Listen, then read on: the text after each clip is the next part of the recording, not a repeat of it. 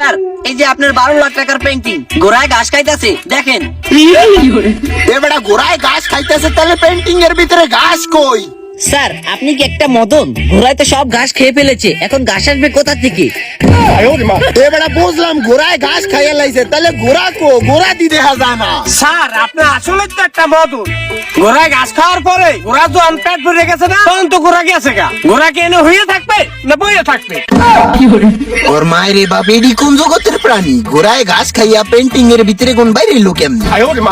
এবার আপনি কোন তোর কাছে কোটি কোটি টাকার পেন্টিং করতে আইছো? তুই তো পেন্টিং এর মান ইজ্জত খাইয়া লাইছো।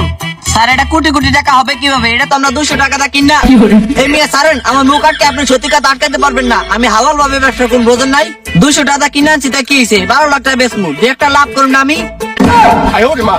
হালার করে হালায় 200 টাকার পেন্টিং 12 লাখ টাকায় বেচতে আইছে, কেমন তোর ওঠায় এখন?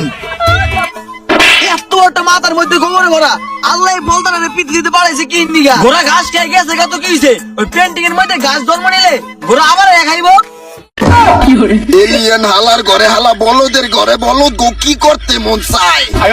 পেন্টিং এর মধ্যে বলে ঘাস জন্ম নেব, এই ঘাস আবার ঘোড়ায় খাইবো।